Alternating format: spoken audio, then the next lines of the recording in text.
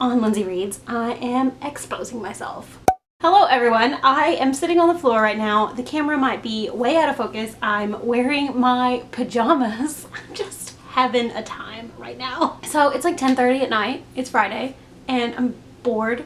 I don't really feel tired. Like I don't really feel like I want to go to bed. So I thought I would film a video because why the hell not? So one thing I've always wanted to do on my channel but never gotten around to is the try a chapter tag. I think it's because I've never really let myself go more than maybe a day or two without picking a new book to read, and I don't necessarily always have the patience to just sit down and read a chapter or two of a book to decide if that's what I'm in the mood to read. But I've been seeing recently on several people's channels doing the try a chapter unhaul tag, kind of like you just read books that you've had on your shelves for a while to decide if you are even still interested and if you want to keep them. And so I thought that that would be a good way to go for me for this tag, because obviously like I may not like want to read these books now, but these books, some of these books have been sitting on my shelf for like 6 years, and even just reading a little bit of the first chapter would give me a pretty good idea of whether or not it's going to be something that I'm even going to want to continue on with, because I feel like my reading taste has changed so much in the last 6 years, like since I've been doing booktube and even before. Like I feel like I read a lot differently back then and than what I read now. And so I think it's pretty indicative of the fact that these books have been sitting on my shelves for so long that they may not necessarily be books that I'm interested in anymore. But I feel like it's not really fair to just like unhaul them without giving them like a proper chance. So I thought today I would just read a little bit of a bunch of books. So I actually made a list on my laptop here of the books in order of when I got them. I actually went back and watched all of my old book hauls, and I wrote down every single book that I had hauled at some point and then hadn't read yet. So I have a lot of books. Surprise, I have a lot of books. But also I have a lot of older books, like from the first couple of years that I was doing booktube, that I still haven't gotten around to. And so I pulled them off my shelves, not all of them. I pulled like 12 off my shelves from like 2013, 2014, 2015, when I first was doing booktube. And I thought that I would just read a little bit of each of these books and decide if it's even something I'm still interested in reading, and if not, then I can just go ahead and unhaul it and make room on the shelves for new books. I think what I'm going to do is I'm going to just like talk about them individually and then read and just go one at a time like that, instead of like showing you all the books now, reading the chapters, yada yada yada, because I don't anticipate getting through the entire stack of books that I picked out. Like I said, it is like 10:30 right now, and while I'm not exactly tired at the moment, I feel like at some point I am going to get tired, or I'm going to get bored, or my camera is going to die. And so I feel like I'm just gonna read until one of those things happens, and then maybe at some point like come back and do a part 2 or continue this on tomorrow. I really don't know how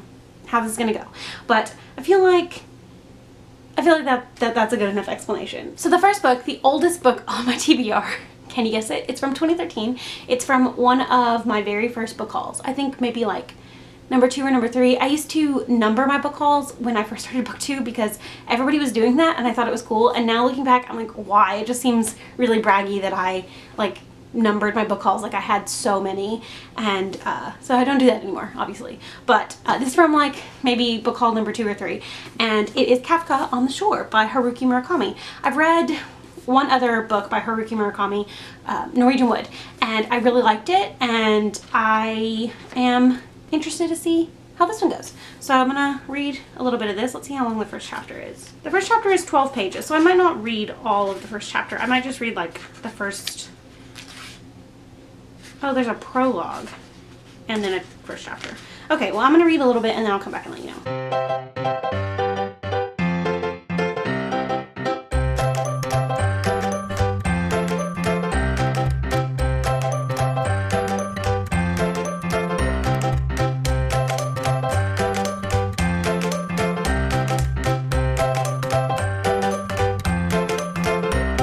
Okay, so I didn't read the whole first chapter. I read the first part, like the prologue, and I realized about halfway through reading it that I didn't actually talk about what this is about. So it's about a teenager named Kafka who runs away from home to look for his missing sister and mother. And he comes across an old man, I guess. And their paths converge. Haruki Murakami enfolds readers in a world where cats talk, fish fall from the sky, and spirits slip out of their bodies to make love or commit murder. Yeah, so the first, like, the prologue part is just basically an introduction to the main character. And there wasn't a lot there. Honestly, I feel like this is going to be not really my thing. I know that Murakami is kind of more well known for writing like a lot of really whimsical, magical realism type stories. And while I think that the writing of what I read obviously was okay, I just don't think I'm gonna like this. I don't know. I think this is gonna be maybe a challenge to get through. So this is one that I'm gonna like say maybe, and I'd like for you to tell me down in the comments if you think I should keep this and read it or just get rid of it, because I'm honestly a little torn. Okay, next up is One Flew Over the Cuckoo's Nest by Ken Kesey. I really don't know how to say it. I should, because this is a classic. This is about a man who goes to a mental hospital and then stuff happens while he's there. I've seen the movie for One Flew Over the Cuckoo's Nest with, oh my god, Jack Nicholson. I was blanking. And I think it's an okay movie. I'm interested to see how the book compares. The only problem with this is I got this from like Better World Books or something, and it's just this kind of gross mass market, and the text is so small.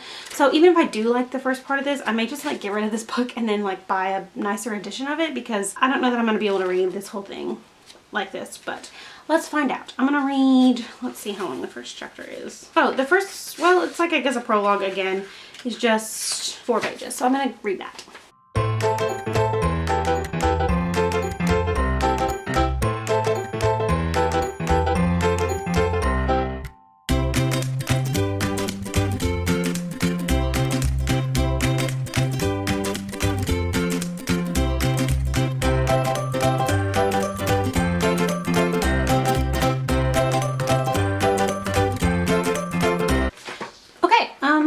So that was interesting. I think this might be told from the perspective of another character that is looking on. It's kind of like Shawshank Redemption, where the story is narrated by Red but is about Andy. I think it's kind of like that. I really don't know. I didn't get much from the first little section. I think I could enjoy this, but I definitely don't want to read this edition, so I think I will go ahead and like unhaul this one and buy something nicer, or like get the audiobook or something, because I think this one could be an interesting read. I'm interested to continue on. I know the story obviously because I've seen the movie, so I'm interested to see how they compare. Those are actually the only 2 books I have left on my TBR from 2013, which was the year I started doing booktube. So moving into a few books from 2014. First off, I have Love in the Time of Cholera by Gabriel Garcia Marquez. I've read some Marquez in the past. I took a magical realism, no, it was like a creative writing course in college, and we did a magical realism unit, and we read The Old Man with Wings or something. That one story about the old man with wings. So I know, again, he writes magical realism, and he is obviously, I think he's Mexican. Let me look. Colombian. He's from Colombia. So he obviously is a Hispanic author, and he writes a lot of Hispanic stories. So I am excited to read this. This is maybe not his most popular. I think probably his most popular is 100 Years of Solitude. But I remember getting this one at a thrift store for very, very cheap way back in 2014. 5 years ago. Wow, that's a long time. So I'm gonna read a little bit of this. Let's see how long the first chapter is. Oh, it's long. I probably won't read the whole first chapter. Fine. Oh my god, and there's no breaks at all. The first chapter is 53 pages. I absolutely will not be reading the whole thing. I'm gonna read like maybe 4. 4 seems like a good number. Oh, I like the first line. I'm going to read it to you. It was inevitable. The scent of bitter almonds always reminded him of the fate of unrequited love. What a hook. I'm already in. I'm already interested.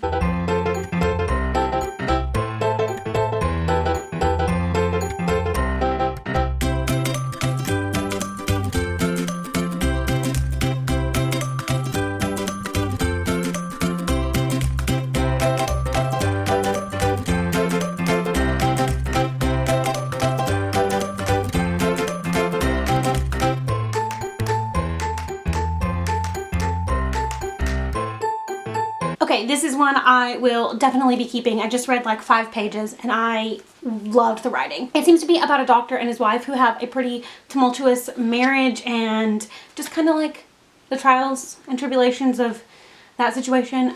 I really don't know. I could be totally wrong, but I will definitely be keeping this one. Next up is The Blind Assassin by Margaret Atwood. I am ashamed to say that I've actually never read anything by Margaret Atwood. I know, I just don't, I don't deserve to be a reader or a booktuber because I haven't done that. So I'm gonna give this one a go. This is the one that I've had the longest. I also own The Handmaid's Tale, which I've tried to read, but got bored of. Can I say that on the internet? Yeah, I got a little bored of The Handmaid's Tale. I am, you know, eventually gonna go back and read it, but today's not that day. Actually, I don't know what this one's about either. It seems to be about a man who is a descendant, the only surviving descendant of a once rich and influential Ontario family whose terse account of her sister's death in 1945 is followed by an inquest report proclaiming the death accidental. But just as the reader expects to settle into Laura's story, Atwood introduces a novel within a novel entitled The Blind Assassin. It is a science fiction story improvised by 2 unnamed lovers who meet in dingy backstreet rooms. So it's about a woman whose sister seems to have maybe killed herself and then it's ruled accidental, and then she finds a novel, maybe recounts the life of her sister?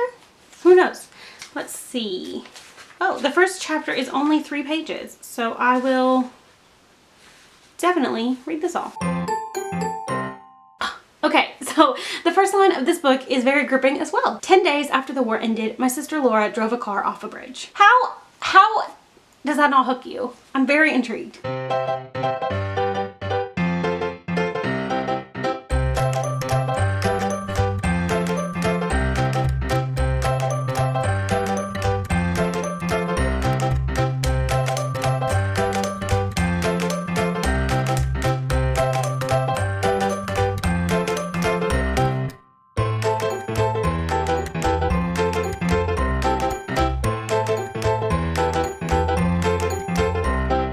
Okay, so I'm very intrigued by the start of this. That sounded fake. I really am very intrigued by this. I read just a couple of pages and I love the way it's written. I'm already just very sucked in. It seems that it's going to be like a narrative story, and then mixed in are going to be like some newspaper articles and some sections of the transcript or the manuscript that the main character finds. The chapters are really short, which I love, so I feel like I'm definitely gonna read this one. I'm definitely gonna keep it and read it at some point, hopefully soon. I mean, I feel like, you know, just from the first chapter, I'm like, this has been sitting on my shelf for 5 years and I haven't touched it. So I gotta touch it now. I gotta read it. So I'm gonna try to do that. I'm gonna move on. The next book is a chunky one. It's The Corrections by Jonathan Franzen. This, I believe, is a generational family saga about a family who has a husband and a wife and kids.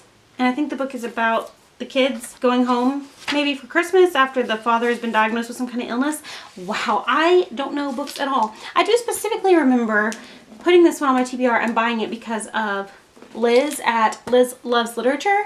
And, you know, 5 years later, I think I've just opened the book for the first time. So that's, you know, that's good. The first chapter is 9 pages. So I'm gonna read a bit of it. Maybe the whole thing. We'll see.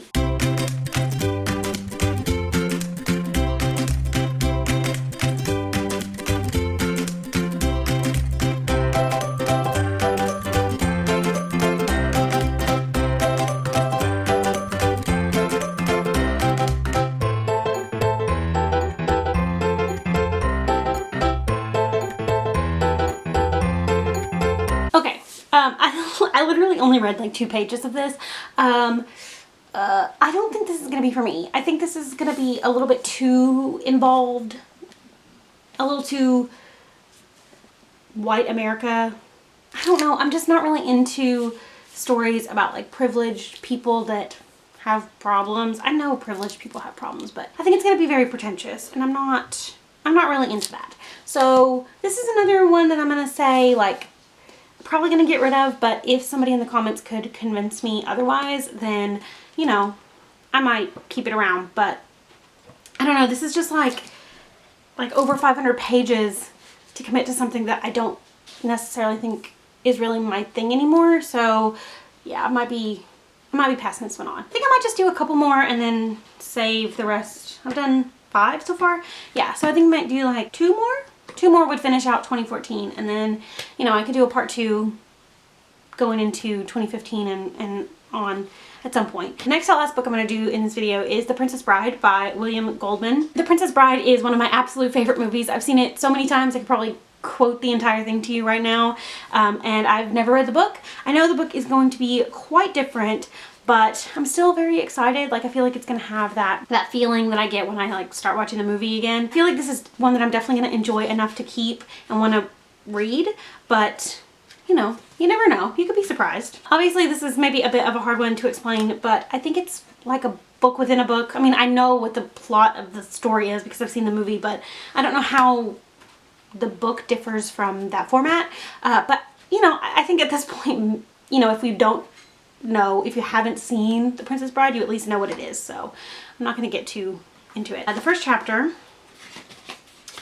is, oh, I think I'm gonna skip the introductions. Can I do that? Can I skip the introductions? Oh, yeah, I think I can. This has an introduction to the 25th anniversary edition and the 30th anniversary edition. If that isn't overkill, I don't know what is. Oh, the first chapter is 69 pages, which I'm absolutely not going to read all of. So let's do, look, there's a section break on page 4. So let's read 4 pages.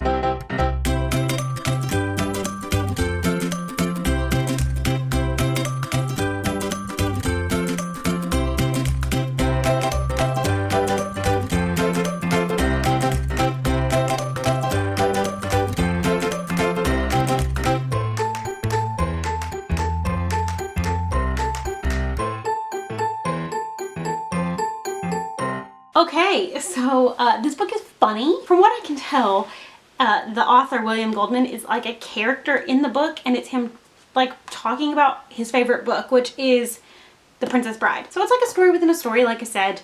I think it's gonna feel very meta and interesting. I'm definitely gonna keep it because I think I'm gonna like it, and like I said, you know, the movie is one of my favorites of all time, so I would love to read the book that inspired the movie. This is the last book I'm going to talk about for the 2014 section, and it is Horns by Joe Hill. Now, full disclosure, I have actually read the first couple of chapters of this book before. I've actually listened to quite a bit of it on audio. So this is about a guy named Ig who wakes up one morning and has horns growing out of his head. And he doesn't know how he got them or what exactly happened, but what he does know is that when he's around people, the horns make people tell him their deepest, darkest secrets. And he doesn't know why. And he's trying to figure it out. And also he's dealing with the death of his girlfriend from several months before, and a lot of stuff's happening. So I'm gonna read a little bit of this. Like I said, I have read the first bit of it before on audio. And I didn't love the audiobook. I think that's why I never continued on. And it might have also been the story. I can't really remember. It was like sometime last year, or maybe even in 2017. So I'm just gonna read, well, the first chapter is literally 1 page. So I might read, I don't know, I might read part of chapter 2. We'll just have to wait and see.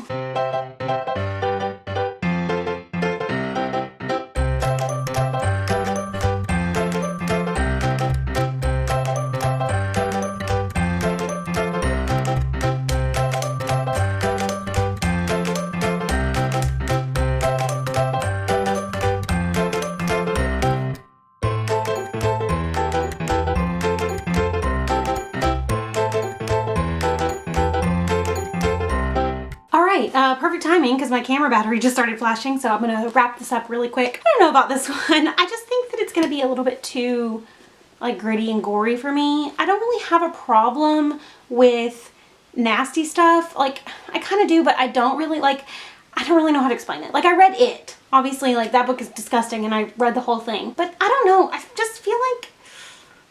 feel like this just has a bunch of really unlikable characters, and I'm not really sure how I feel about the first bit of it. I don't know. I want to say this is maybe going to go on the maybe pile again. Like, if you convince me to keep it. I mean, if you know my reading taste pretty well and you read this and you think I would like it, then I would be convinced to keep it. But I don't want to keep something on my shelf just to keep it. Like, I want to actually, like, have things that I think I'm going to enjoy. So yeah, again, a maybe. So really fast, let's do a recap of the decisions. So, One Flew Over the Cuckoo's Nest, I am going to repurchase in a better copy, but I will be unhauling this. 3 books ended up on my maybe pile. Horns by Joe Hill, Kafka on the Shore by Haruki Murakami, and The Corrections by Jonathan Franzen. You know, honestly, like between these two, I'm leaning more towards just throwing them on the unhaul pile because I'm not excited about them. Like, why keep something you're not excited about? I don't know. Let me know down in the comments if you think that these would be anything that I would even halfway enjoy, and I would love to know. But if not, they're gonna go. And you know, this one, I don't know. And then 3 I'm keeping. So I've got Love in the Time of Cholera by Gabriel Garcia Marquez. I think I'm really gonna like this, so I'm excited to continue on with this one at some point. I don't think I'm gonna, I don't think I'm gonna read it like right away, but I would definitely try to get to it before the end of the year. The Blind Assassin by Margaret Atwood, which was such a surprise. Like, I 1000% thought I was going to be unhauling this, but I'm so intrigued by it. Like, I might actually read this one soon because I'm very interested to see how it plays out. And lastly, The Princess Bride by William Goldman. An obvious one. Obviously, I think that, even just going into it, I knew this is probably going to be one that I was going to keep. So, I'm excited to read it at some point. Again, I don't know, when, but I'm going to try to make the effort before the end of the year because it's been on my shelf for so long. I need to move things along, with some of these books. So yeah, there's that. So this is, not like anything I've ever done before, but I had a lot of fun sitting here just reading a little bit and discovering my feelings about some of these books that I've been staring at on my shelves for 6+ years. So let me know down in the comments if you've read any of the books that I mentioned in this video. Obviously, I need some advice about some of these maybe books, and as far as the books that I'm for sure keeping, which one do you like? Which one do I need to get to as soon as possible? Obviously, I'm probably going to try to get to The Blind Assassin as soon as possible because I was really super intrigued by the start of the story, but, you might be able to persuade me otherwise. And let me know if you like this kind of video and if you want to see more of these in the future. I have quite a few more books down here that I would definitely be willing to try a chapter of and decide if I'm going to keep or unhaul. And I have, like hundreds of books on my shelves that probably need to be culled a little bit. So let me know if you have an opinion about this type of video and if you'd like to see it again in the future. Thank you so much for watching. I hope you enjoyed this video and I will see you again very soon. Bye!